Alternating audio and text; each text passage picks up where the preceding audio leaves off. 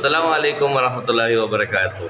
Alhamdulillah, nandito naman po tayo sa isang episode ng ating channel, Kong Yusuf. No? At alhamdulillah, nandito yung ating kapatid na bagong yakap sa Islam.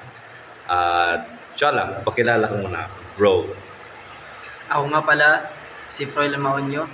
Ang pangalan ko po sa Islam ay Ismail, sapagkat ako po ay balik Islam, Tubong Visayas, 24 years old. 34, 24? 24 po. 24, ayan, batang-bata po. Kailan kayo makap sa Islam, Brother Ismail? Yung makap ako sa Islam, July 14, 2022 po. Sa lalawigan ng Taguig, sa Blungus po. Mashallah, mashallah. Bago kayo makap sa Islam, ano ang pananampalatayang kinaaniban mo? Actually, marami po.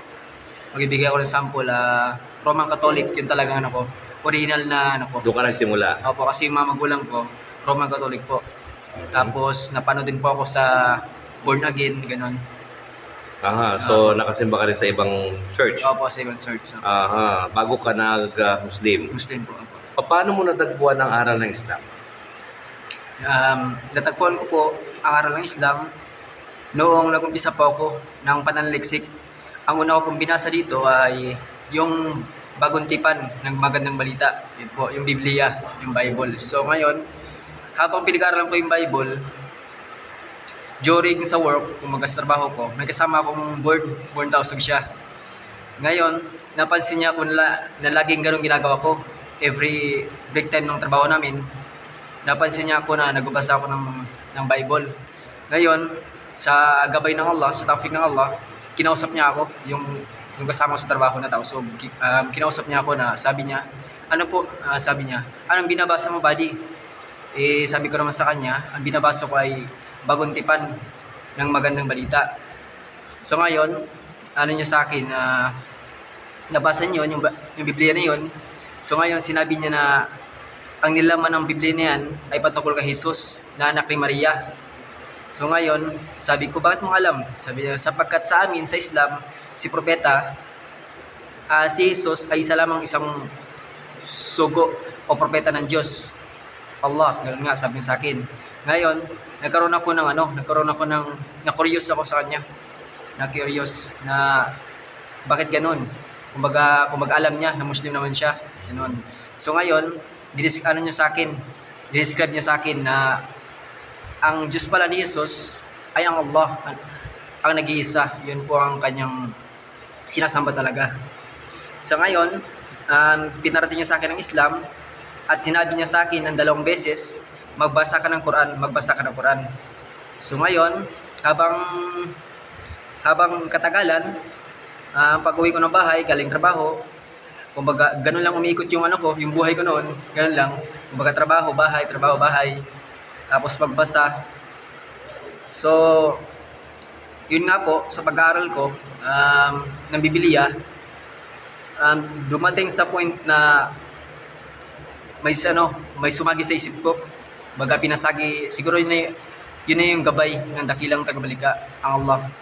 Na may cellphone ka naman, bakit di mo gamitin yan upang magsaliksik patungkol sa Islam? So ngayon po, habang nagbasa ko ng Biblia, nalinawan ako kasi manibasa ko sa Biblia na during sa kapanahunan ni Jesus, si Jesucristo sa kanyang kapanahunan, yung kanyang mga tao noon, yung mga kanyang mga apostol, na manibigay sa kanyang tinapay at saka isda. At ngayon, ibinigay sa kanila ni Jesus.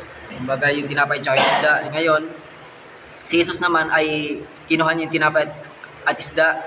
Ngayon, inangat niya sa itaas at siya ay nanalangin. Sabi ko, napaisip ko na kung siya ang Diyos, bakit meron mo siyang ibang hiningian ng mga biyaya, gano'n. Siya ay nagpasalamat sa taas. Sabi ko, ang tunay na Diyos po, walang pangangailangan. Opo, doon ako namulat. Sabi ko, si Jesus ay isa lamang dakilang sugo ng dakilang tabalika. Kagaya mga naunang propeta, si propeta Moises, may mga himala din. Hindi lamang si Jesus ang may mga himala, bagkus ang lahat ng mga propeta na nauna sa kanya. So ngayon, doon na po ako. sa gabay ng Dakilang Tabalika, inano niya ako, tinofikan niya ako na magbasa ako. Kumbaga pag-aralan ko yung Islam. Opo, at saka wala akong ano noon. Kasi nga ano ko noon, kumbaga pag-aralan ko lang Islam, pero wala akong balak mag-Muslim. Opo, wala akong balak mag-Muslim. Ngayon po, sa pagbasa ko noon ng Biblia, doon na nag-umpisa na manaliksik pa ako sa ibang pananampalataya. Ngayon po, pinag-aralan ko po ang Islam sa loob ng 2 months. Mashallah. Opo, mahigit 2 months. Kumbaga, nanood ako ng mga video. Ngayon, pinag-aralan ko ang Islam. At nagbasa ako ng Quran translation, English at saka Tagalog. Pero nag-focus ako doon sa sa Tagalog. Ngayon, binasa ko po, doon pa lang po sa unang pagbasa ko sa opening po, sa Surah Al-Fatiha, binasa ko po 'yon. Yung translation, yung tafsir ng Tagalog niya, doon po ako napaiyak kasi sa unang sa unang pagbasa ko lang po ng bagong Quran Tagalog. Sa unang pagbasa ko lang po, subhanallah, napaiyak ako kasi nakita ko yung katotohanan talaga. Nakita ko yung katotohanan. Ngayon, sa pag-aaral ko, sa panaliksik ko ng Islam, nawala yung pagdadalawang isip ko kasi ito talaga yung katotohanan. Sa talaga, kumbaga dito talaga sa Islam ang katotohanan, ang kasagutan sa lahat ng yung mga katanungan sa buhay. Nandito po sa Islam. Ngayon, nag-decide na ako sa sarili ko noon na mag-Muslim talaga ako. Ngayon, dumating ang punto na nagpaalam ako sa lola ko at sa lolo ko na maliligo ako kasi pupunta ako sa lugar ng mga Muslim. Doon po sa Marlica, Taguig City din. Ngayon, papunta ko po doon, malakita po ako mga brother sa labas mismo ng Blue Mosque Masjid sa Taguig, sa Marlica. Ngayon, nakita ko mga brother, gumaan yung loob ko. Sabi ko, gusto ko talaga mag-Muslim, mag-shahada. Mashallah. Opo, gusto ko talaga. Ngayon, pinag-aralan ko na yun, yung Islam sa loob ng 2 months. Ngayon, nagkulit siya sa akin kasi nagsalam ako sa kanya. Tapos nagbibigkas ako ng mga dikir, mga alhamdulillah, Allahu Akbar, subhanallah. Yan po mga binibigas ko doon po sa harapan nila. Din nga po, sabi ng mga brother, mga Muslim doon, sabi nila, ano ka ba? Muslim ka ba? Sabi ko, hindi po ako Muslim, kung Christian po ako.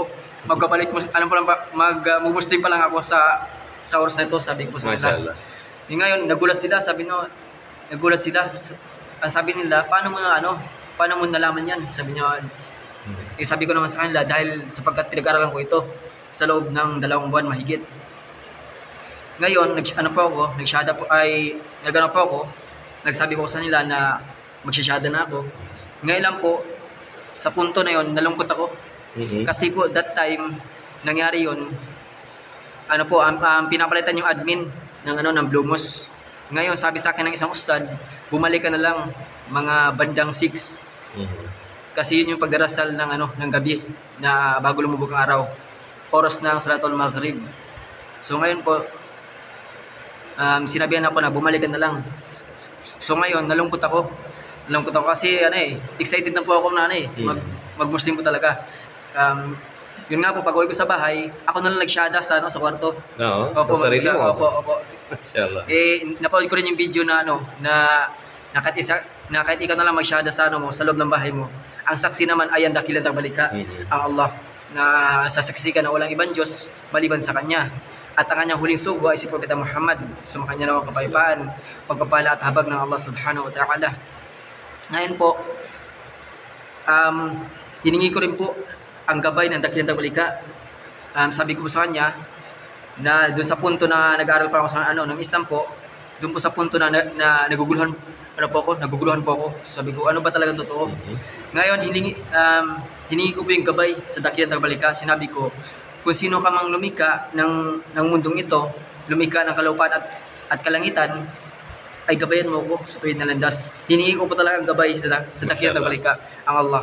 Ngayon po, doon nga sa punto na binabalik nila ako sa oras na yun,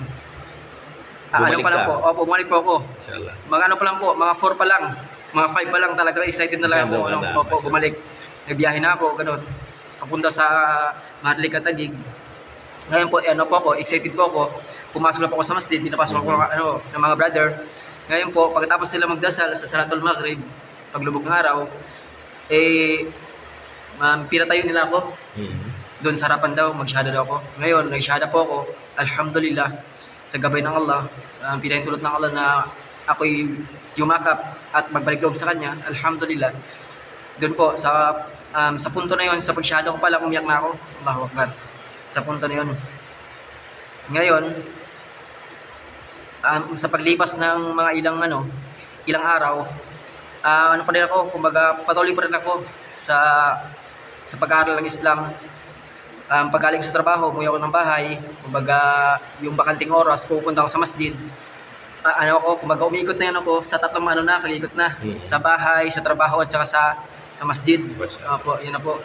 Yung ko.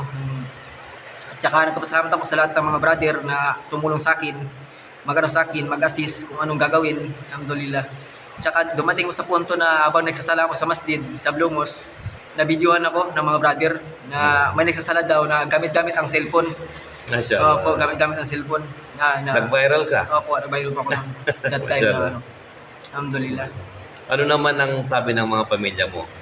Actually, sa side ng ng mama ko, wala po silang masabi kasi dinawahan ko rin sila patungkol sa Islam. Pinaproud ko sila ng mga video. Sabi na, napakaganda yung religion mo.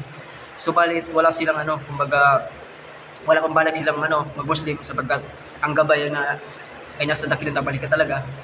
Pero nagustuhan nila, napakaganda ng turo ng Islam talaga, napakaganda. Alhamdulillah. Yung mga dati kasama sa simbahan, nakikita pa kayo? Actually, hindi na po masyado kasi nasa Mila po ako, nasa nasa province po sila. Pero ano probinsya mo, Brother Ismael? Leyte po. Mashallah. Sa po, Visayas.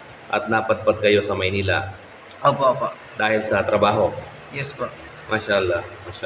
Kung ikaw ay bibigyan ng pagkakataon na babalik sa dati mong relihiyon, babalik ka pa ba?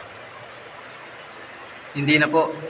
Sapagkat natagpuan ko po dito ang katotohanan sa Islam, sapagkat nilinaw po ng dakilang tagbalika na itong reliyon na to, itong Islam, ginawa niyang kumpleto, sapagkat siya ay nagwika sa sa banal na Quran. Siya ay nagwika na sinabi niya sa chapter 5 verse 3, sinabi ng dakilang Allah subhanahu wa ta'ala, "Al-yawma akmaltu lakum dinakum wa atmamtu alaykum ni'mati wa raditu lakum al-Islam dinan."